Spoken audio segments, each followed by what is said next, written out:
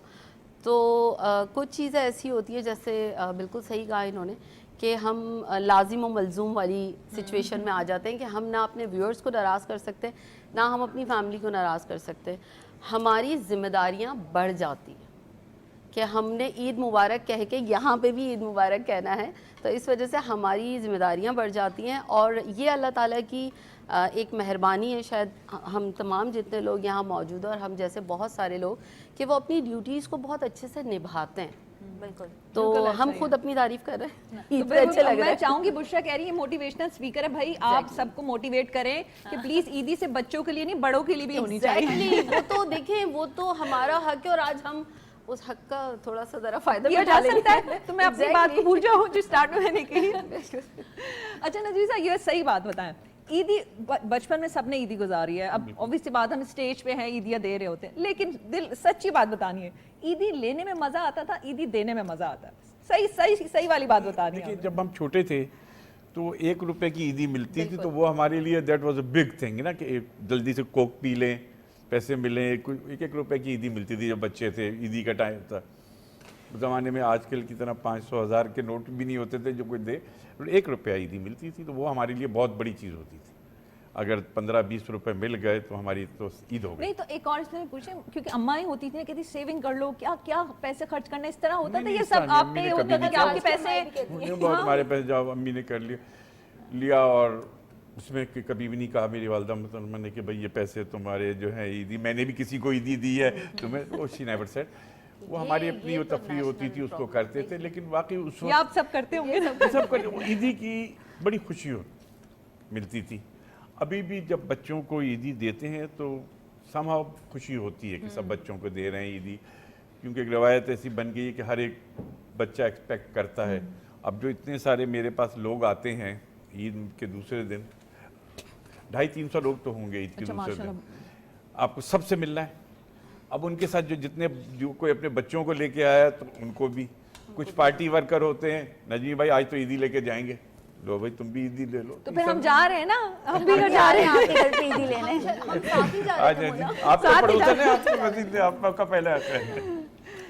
मुझे अब इन्होंने एक बात की थी, मैं आपसे पूछना चाहूंगी, क्योंकि आमतौर पे ये खवातीन को तो हम क्रेडिट दे देते हैं, ईद का दिन है भाई, एहतमाम कर रही होती हैं, बच्चों को तैयार कर रही हैं, किचन देख रही हैं, सारे काम कर रही हैं, लेकिन ईद से पहले जितनी तैयारियां होती हैं ना, और जितना आप यकीन माने फाइनेंस जो है वो मर्द हज़ात का डिपार्टमेंट जो कर रहा होता है, जितना खर्च वो, हाँ जी, ये बड़ी इंपॉर्टेंट चीज़ है कि वहाँ पे हम लोग किसी का ध्यान ही नहीं जाता कि भाई ये आ कहाँ से रहा है, ये जो आप शॉपिंग हो रही है, सारी चीज़ें हो रही हैं, घर में एहतमाम हो रहा है, तो उस बारे में आप क्या कहना चाहेंगे? देखिए मैंने एक तो मैं बतलाऊंगा, नजमी ने बहुत सही कहा कि पहले ज़माने में जब हम बच्चे थे तो अगर 5 रुपए मिल जाते थे, और पता नहीं उस वक्त के अंदर जो थी वो पैसे के अंदर इतनी ज़्यादा बरकत हुआ करती थी कि वो पैसे खर्च ही नहीं होते थे। और अब आप किसी को बच्चों को 1000 या 5000 भी दें तो उनके मुंह बने हुए होते हैं कि जी ये आप क्या दे रहे हैं, ये हो गया। मगर अच्छा ये लगता है मुझे कि इस वक्त भी मेरे बड़े भाई हैं जो वालिद की डेथ के बाद is like a father to me, और वो भी मुझे भी ईदी देते हैं, तो मुझे इस चीज़ की खुशी होती है। आप बड़े ब्लेस्ड हैं। जी हाँ। अच्छा, फिर आपने जैसे अभी शॉपिंग की बात की, तो बीइंग ए मुझे इतना वो नहीं है, एक शलवार कमीज़ हमने ले ली, ईद की नमाज़ उसके अंदर पढ़ ली, मगर मैं जैसे मेक ए विश फाउंडेशन का सदर हूँ, और इस बार क्या हुआ है कि कई बच्चों की ऐसी विशेज़ आई थी जो कैंसर में मुब्तला थे, और उनकी विशेज़ थी कि हम ईद मनाना चाहते हैं, क्योंकि मुन्ना हम ईद मनाते वक्त ये भूल जाते हैं कि ईद हमारी नहीं है, हमें ईद की खुशियाँ बांटनी भी हैं लोगों के अंदर, और जो लेस प्रिविलेज लोग हैं हमने उनको भी खुशियाँ बांटनी हैं।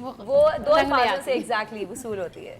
जी नाज़रीन, अभी हम अपने केक को एंजॉय भी कर रहे थे, तो अपने सिंगर जो है हनीफ इखलाक को भी ज़रा उनको भी इनवाइट करते हैं, और साथ साथ अमीना भी हैं, बड़ी प्यारी सी सिंगर हैं, उनको भी बुलाते हैं।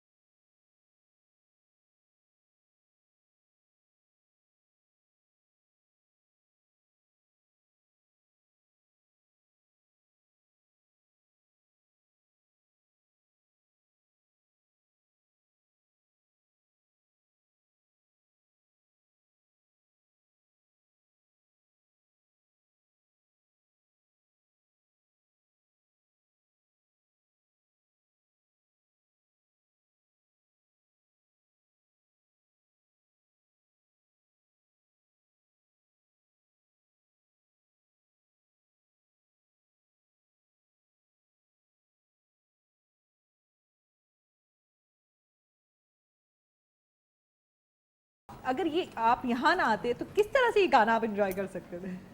हाँ ये बात तो है, इसको सामने सुनना और टीवी की स्क्रीन पे देखने में बड़ा फर्क है। नहीं बिल्कुल ऐसा ही है। लेकिन एक और जो बात ये है कि क्योंकि ऑब्वियसली बात है, ईद का जब दिन होता है इतनी मसरूफियात होती हैं, मिलना मिलाना सब कुछ, तो इंसान थक भी जाता है, होता है ना इंसान। अभी हम जिस तरह से गुफ्तगू कर रहे थे, थोड़े से हमें भी थोड़ी सी ताजगी का एहसास हुआ केक खाने के बाद हमारी शेफ़ भी इतनी ज़बरदस्त चीज़ें कर रही हैं, खाना वाना बना रही हैं। तो मुझे अब ये बताएं कि आम तौर पे जब सारी चीज़ें होती हैं, इतने मामलात होते हैं, तो सब चीज़ें सही मैनेज हो जाती हैं ओवरऑल एवरीथिंग? ईद की खुशी ये है कि आप सब दोस्त, फैमिली, बच्चे जितने हैं, बहन भाई सब साथ जब होते हैं ना, तो वो डेफिनेटली, मैंने एक आध बार ऐसा हुआ कि ईद आई और मैं मुल्क के अंदर नहीं था, तो आप यकीन करें कि बड़ा इंसान सैड हो जाता है उसके अंदर।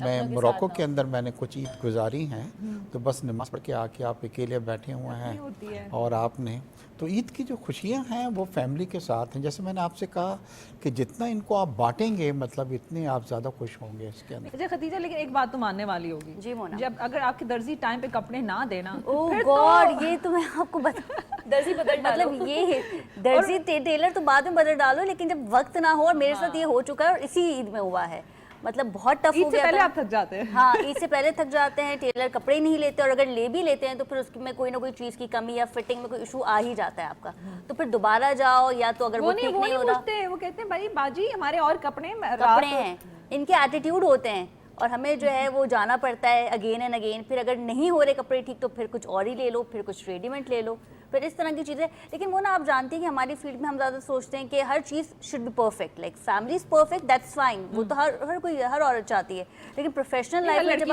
हर लड़की चाहती है, लेकिन फिर औरतों का नाम हर लड़की चाहती है तो, लेकिन फिर आपको पता है, लेकिन प्रोफेशनल लाइफ में भी फिर हमारी कोशिश होती है कि हर चीज़ परफेक्ट हो, क्योंकि हम ऑन स्क्रीन होते हैं, हर चीज़ों को देखना पड़ता है, तो वो काफ़ी टाइम टेकिंग प्रोसीजर हो जाता है, और फिर थकावट भी हो जाती अच्छा, है। लेकिन यहाँ पे मैं उनसे पूछना चाहूँगी, क्योंकि आमतौर पे आप देखते हैं ऑनलाइन हर चीज़ अवेलेबल है, आप एक ऑर्डर किया, आपको घर पे सारी चीज़ें मिल जाती हैं, आप क्या उस तरफ है आप लोगों का? मतलब बिल्कुल मुना, ऑनलाइन शॉपिंग मैं बहुत ज़्यादा कर रही होती हूँ, लेकिन एक दफ़ा धोखा खाया था। उसके बाद से एक तो या तो ये कि जो ऑथेंटिक ब्रांड्स हो, जो आप देखा हुआ उसको फिजिकली भी, सेकंड ये कि जो नए भी स्मॉल स्केल बिजनेसेस भी हैं, वो उनके पास भी बड़े अच्छे प्रोडक्ट्स, कपड़े वगैरह होते हैं, लेकिन उनका फीडबैक ज़रूर चेक करती हूँ।